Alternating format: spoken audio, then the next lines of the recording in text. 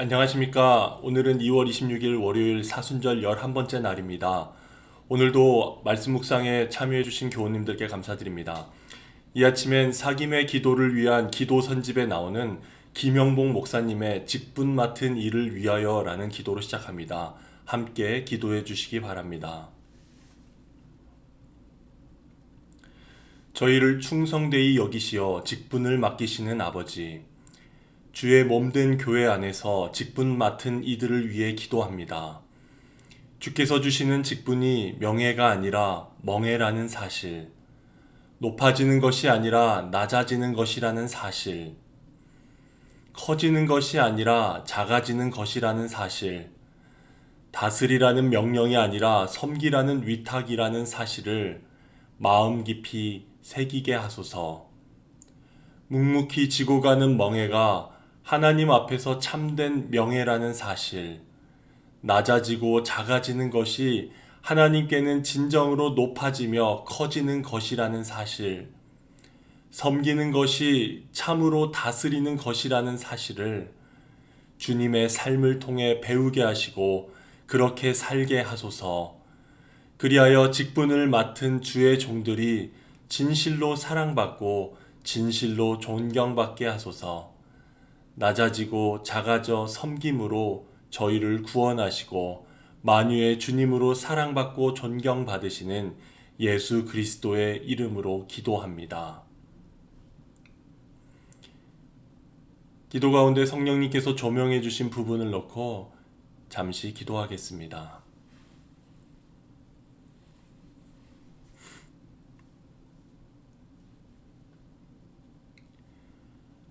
사랑의 하나님, 사순절 기간 동안 낮아지고 작아지시고자 이 세상에 오신 주님을 바라봅니다.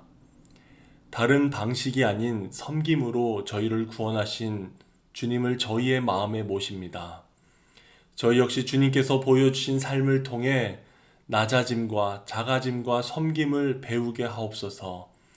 이번 사순절 기간 동안 그리고 우리 생애 가운데 작은 한 절이라도 주님과 같이 살게 하옵소서. 예수 그리스도의 이름으로 기도드립니다. 아멘. 오늘 함께 묵상하실 말씀은 마가복음 12장 1절부터 12절까지의 말씀입니다. 마가복음 12장 1절부터 12절입니다. 이제 말씀을 봉독해 드리겠습니다. 예수께서 그들에게 비유로 말씀하시기 시작하셨다. 어떤 사람이 포도원을 일구어서 울타리를 치고 포도즙을 짜는 확을 파고 망대를 세웠다. 그리고 그것을 농부들에게 새로 주고 멀리 떠났다. 때가 되어서 주인은 농부들에게서 포도원 소출의 얼마를 받으려고 한 종을 농부들에게 보냈다. 그런데 그들은 그 종을 잡아서 때리고 빈손으로 돌려보냈다. 주인이 다시 다른 종을 농부들에게 보냈다. 그랬더니 그들은 그 종의 머리를 때리고 그를 능욕하였다. 주인이 또 다른 종을 농부들에게 보냈더니 그들은 그 종을 죽였다. 그래서 또 다른 종을 많이 보냈는데 덜어는 때리고 덜어는 죽였다. 이제 그 주인에게는 단 한 사람, 곧 사랑하는 아들이 남아 있었다. 마지막으로 그 아들을 그들에게 보내며 말하기를 그들이 내 아들이야 존경하겠지 하였다. 그러나 그 농부들은 서로 말하였다. 이 사람은 상속자다. 그를 죽여버리자. 그러면 유산은 우리의 차지가 될 것이다. 그러면서 그들은 그를 잡아서 죽이고 포도원 바깥에다가 내던졌다. 그러니 포도원 주인이 어떻게 하겠느냐? 그는 와서 농부들을 죽이고 포도원을 다른 사람들에게 줄 것이다. 너희는 성경에서 이런 말씀도 읽어보지 못하였느냐? 집을 짓는 사람이 버린 돌이 집 모퉁이의 머릿돌이 되었다. 이것은 주님께서 하신 일이요 우리 눈에는 놀랍게 보인다. 그들은 이 비유가 자기들을 겨냥하여 하신 말씀인 줄 알아차리고 예수를 잡으려고 하였다. 그러나 그들은 무리를 두려워하여 예수를 그대로 두고 떠나갔다. 아멘. 방금 봉독해드린 내용을 한 번 더 눈으로 읽어보시기 바랍니다.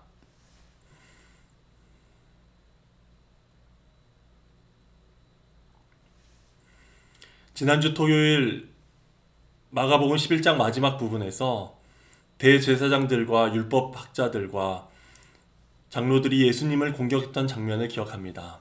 예수님은 권위에 대한 질문을 받으셨습니다. 지혜로우신 주님께서 역질문을 통해 그들을 잠잠하게 만드셨습니다. 이제 오늘 읽은 12장에서는 예수님께서 그들에게 한 이야기를 들려주십니다. 성경의 소 제목으로 포도원 소작인의 비유라고 되어 있는 비유입니다. 이사야서 5장에도 포도원의 비유가 나오는데 당시 이스라엘 사람들에게 잘 알려진 매우 익숙한 주제였습니다. 이 비유에는 여러 등장인물들이 나오는데 누가 읽어도 한눈에 각 인물들이 누구를 지칭하는지를 알 수 있습니다. 먼저 포도원 주인은 하나님입니다. 포도원은 이스라엘을 상징합니다. 소작인 농부들은 이 이야기를 듣고 있는 종교 지도자들이고 주인이 보낸 종들은 하나님께서 이미 보내셨던 예언자들입니다. 마지막에 나오는 아들은 예수 그리스도이십니다. 이제 이 비유의 내용을 간단히 살펴보겠습니다. 이 비유는 크게 네 부분으로 나누어 볼 수 있습니다. 먼저 어떤 사람이 포도원을 잘 가꾸어 농부들에게 세를 주고 멀리 떠났습니다. 그리고 때가 되어 소출을 받으려 했습니다. 주인은 소작인 농부들에게 종을 보냈습니다. 그런데 농부들은 종을 때리고 빈손으로 돌려보냈습니다. 두 번째 종을 보냈을 때도 그랬고 세 번째 종을 보냈을 때는 종을 죽였습니다. 점점 더 종들을 대하는 폭력의 수위가 높아졌습니다. 이후에도 다른 종을 많이 보냈는데 덜어는 때리고 덜어는 죽였습니다. 이스라엘 역사 가운데 정치 종교 지도자들이 하나님이 보내신 예언자들을 거부했던 것을 떠올리게 합니다. 구약 성경에서 핍박을 받았던 예언자들 엘리야, 엘리사, 하나니, 미가야, 스가랴, 예레미야 같은 사람들입니다. 마가복음을 시작하는 세례 요한까지도 포함될 것입니다.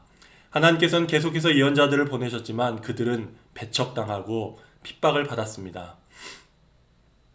이 비유의 두 번째 부분은 포도원의 주인이 모든 종들이 죽임을 당하자 한 사람, 자신의 사랑하는 아들을 보내는 장면입니다. 주인은 아들을 보내며 농부들이 아들에게는 합당한 존중을 표할 거라 기대했습니다. 여기서 아들을 표현할 때 사랑하는 아들이라고 했습니다. 사랑하는 아들은 마가복음 1장과 9장에서 예수님께 들려왔던 음성입니다. 그 사랑하는 아들을 농부들에게 보냅니다. 그런데 여기서 이후 아들에게 어떤 일이 일어났는지를 생각하면 이런 질문을 할 수 있습니다. 어떻게 주인은 농부들이 그의 종들에게 한 일을 보고도 자기 아들을 보낼 생각을 했을까? 잔인하고 탐욕스러운 농부들에 비해 너무 순진한 건 아닌가? 이런 질문들입니다. 그러나 우리는 하나님 아버지께서 당신의 외아들을 보내셨던 그 내용을 담은 요한복음 3장 16절에서 그 답을 찾습니다. 하나님께서 아들을 보내신 동기는 사랑이었습니다. 농부들의 패역함 못지않게 하나님의 사랑도 극에 달한 사랑이었습니다. 우리는 하나님께서 당신의 그 크신 사랑 때문에 아들을 보내셨음을 믿습니다. 이제 이 비유의 세 번째 장면은 농부들이 아들을 죽이는 장면입니다. 농부들이 서로 말했습니다. 이 사람은 상속자다. 그를 죽여버리자. 그러면 유산은 우리 것이 될 것이다. 농부들이 아들을 죽이면서 하는 말은 매우 비논리적입니다. 그들은 청지기들로서 맡겨진 역할을 하는 대신 주인이 되려고 했습니다. 주인의 권위와 권리에 도전했습니다. 요즘 말로 선을 넘었습니다. 포도원을 지키라고 자신들에게 부여된 권위를 남용하였습니다. 그 농부들은 주인의 아들을 잡아 죽이고 포도원 바깥에다가 내던졌습니다. 시체를 포도원 밖으로 던져버렸다는 것은 시체에 대한 모독이었습니다. 그렇게 농부들은 주인이 베풀어준 은혜를 마지막까지 모욕적으로 거부했습니다. 이제 마지막 네 번째 장면에서 예수님께서는 수사학적인 질문을 던지시고 직접 답을 하십니다. 그러니 포도원 주인이 어떻게 하겠느냐? 그는 와서 농부들을 죽이고 포도원을 다른 사람들에게 줄 것이다. 예수님께서 이제 이 이야기의 결말에 대해 말씀해 주십니다. 주인이 악한 농부들을 징벌합니다. 하나님께서 악한 지도자들을 심판하십니다. 어떤 종교 지도자들도 절대적이지 않다는 경고의 말씀으로 들립니다. 하나님께서 세우신 지도자들이 하나님께서 부여하신 권위를 하나님을 위해서가 아니라 자신들을 위해 행사할 때 일어날 결과에 대한 경고입니다. 하나님께서는 정하신 시간에 반드시 잘못된 것을 바로 잡으십니다. 예수님께서 한 번 더 질문하시고 중요한 말씀을 남기십니다.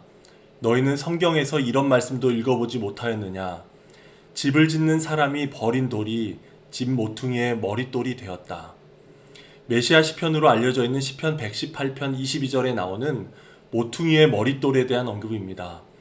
여기서 집을 짓는 사람이 버린 돌은 메시아를 상징합니다. 다니엘서 2장에 나오는 뜨인 돌, 손대지 아니한 돌도 메시아적 존재를 상징했던 것과 마찬가지입니다. 이 비유에 나오는 아들은 사람들이 버린 돌과 같이 되었지만 그러나 알고 보면 메시아와 같은 돌이었다라고 말씀하십니다. 흥미롭게도 예수님께서는 언어 유희를 통해 이 두 개념을 설명하셨습니다. 히브리어에서 아들이라는 말은 벤이고 돌이라는 단어는 에벤입니다. 그러니까 아들 벤에 대해 말씀하시다가 그 아들이 돌 에벤이라고 말씀하셨습니다. 그 아들이 돌이라고 분명하게 말씀하시고 싶으셨던 것 같습니다. 예수님은 이스라엘 지도자들에게 버림을 받았습니다. 그러나 하나님께서는 그를 새로운 이스라엘, 새로운 성전인 교회의 머릿돌로 세우셨습니다. 이제 이 비유의 말씀을 지금 읽고 있는 우리에게는 어떤 의미가 있을지 생각해 봅니다. 먼저 이 비유를 듣고 있던 대제사장들과 율법학자들과 장로들은 자신들을 겨냥하여 하신 말씀인 줄 알았다고 했습니다.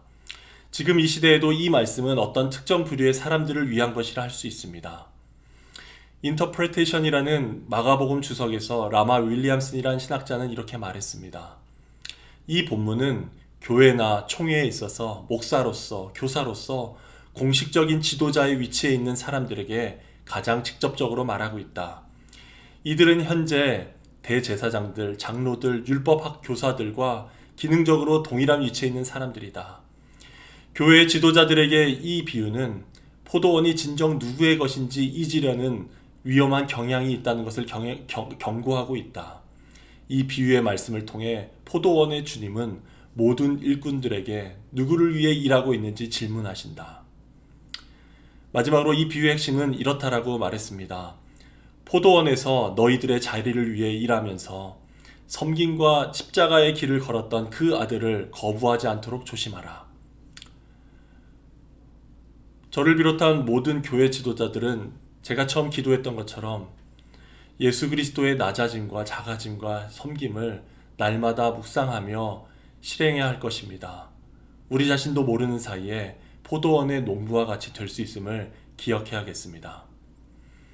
동시에 이 말씀을 어떤 직분과 관계없이 우리 모두에게 주시는 메시지로 받아야 합니다. 포도원 주인은 정한 때가 되었을 때 농부들에게 소출을 받으려 했습니다. 농부들은 결실기가 되면 미리 주인과 계약한 대로 소출의 얼마를 돌려드려야 했습니다. 우리 인생의 주인 되신 하나님께서 우리에게 동일한 요청을 하실 수 있습니다.